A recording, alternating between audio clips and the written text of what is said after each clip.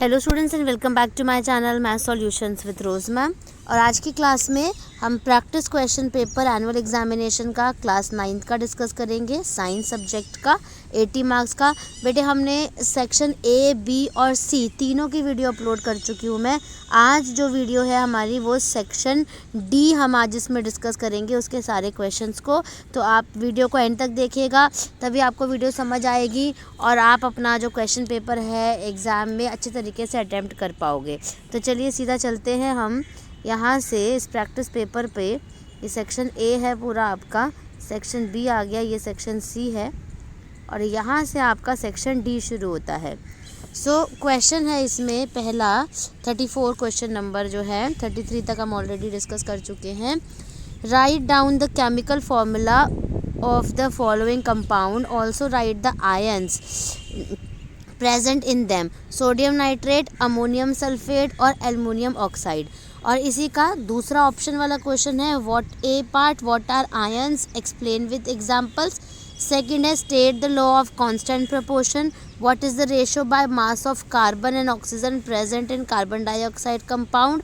And third है define atomicity. तो चलिए इसको हम डिस्कस कर लेते हैं, 34 को देख लेंगे और इसी के ऑप्शन वाले क्वेश्चन को भी देख लेते हैं। सो बेटा क्वेश्चन नंबर 34 का आंसर देखते हैं। फर्स्ट पार्ट का ए का सोडियम नाइट्रेट का फॉर्मूला यहाँ पर लिख लीजिए, NaNO3 होता है, ठीक है। Na प्लस NO3 यहाँ पे माइनस हो गया और इसका जो है यहाँ पे दे रखा है Na प्लस और अनायन दे रखा है NO3 माइनस में। फिर इसी का जो बी पार्ट है वो है अमोनियम सल्फेट का फॉर्मूला, ये देखिए यहाँ पे इस तरीके से बनाया हुआ है और कैटायन और एनायन भी यहाँ पर आपको दे रखे हैं, ठीक है। फिर सी में भी एल्युमिनियम ऑक्साइड का फॉर्मूला यहाँ पर लिख रखा है और ये पॉजिटिव और नेगेटिव आयंस भी इसमें बता रखे हैं। इसके बाद इसी के और वाले में व्हाट इज आयंस था, तो आयंस के लिए आंसर है charged particles formed by either losing or gaining of electrons. Positively charged ions are called cations and negatively charged ions are called anions, ठीक है।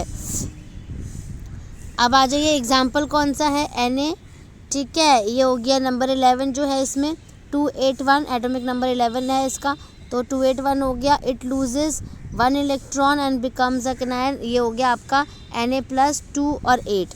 ऐसे ही इसका 287 फॉर एग्जांपल्स देने हैं, तो ये यहाँ पर भी ये भी एक गेन इलेक्ट्रॉन करेगा यहाँ पर, तो ये 288 हो जाएगा, ठीक है। इसी का बी पार्ट है law of constant proportion. Chemical compounds are made up of elements that are present in a fixed ratio by mass, same elements that are present in the same ratio by mass. The ratio of carbon and oxygen in CO2 is 3:8। फिर C part है इसका atomicity का, the number of atoms constituting a molecule.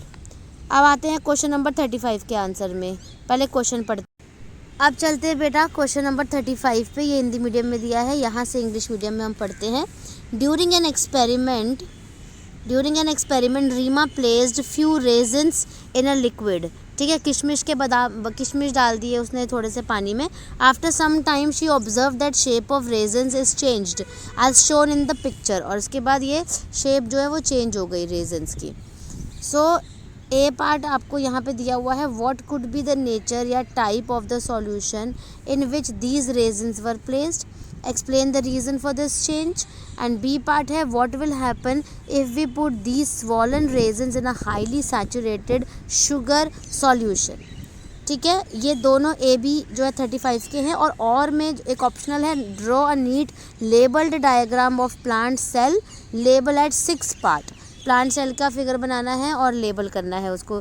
तो चलिए question number 35 का answer देखते हैं। Question number 35 का आंसर है type of solution, number A में इज, यहाँ पे आ गया hypotonic solution as the concentration of water is more in this solution, water moves inside raisins due to endosmosis and make them swell up.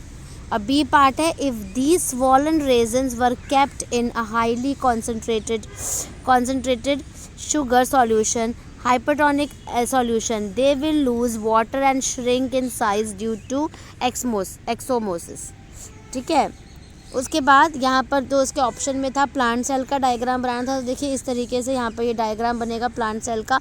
कोई भी 6 labelling करनी है, cell wall, cell membrane, Golgi, यहाँ पर कॉम्प्लेक्स, ठीक है, mitochondria, ठीक है, यहाँ पे ये देख लिया, कोई सा भी राइबोसोम, न्यूक्लियस, इस तरीके से कुछ भी दिखा सकते हैं, कोई भी 6। अब चलते हैं क्वेश्चन नंबर 36 पे। अब आते हैं बेटा क्वेश्चन नंबर 36 पे। Give reason in which direction does the passenger fall when a bus एस्केलेटर फ्रॉम रेस्ट, ठीक है। Second, a fielder pulls his hand gradually with the moving ball while holding a catch. तीसरा, which will have greater momentum between a truck और a car moving with same velocity. 36 में 3 part से तीनों के answers हम देख लेते हैं। क्वेश्चन नंबर 36 में बेटा ए पार्ट का आंसर है when a bus accelerates from rest, lower part of our body comes in motion but upper part is still at rest because of inertia of rest, hence the passenger will fall backwards. और इसी का B part का answer है a fielder pulls his hands gradually with the moving ball backward to reduce the momentum of the fast moving ball slowly. This reduces the force and does not injure the player. C है P is equal to m into v. Since the velocity is same, truck has more mass than a car, so momentum of truck is greater than car. ये section D के सारे questions हमने कर लिए। सो बेटा इसकी preparation शुरू कर दीजिए। Thank you students for watching the video. फिर मिलेंगे हम नई वीडियो में एक नए टॉपिक के साथ। वीडियो को लाइक, शेयर एंड चैनल को सब्सक्राइब करना मत भूलिएगा।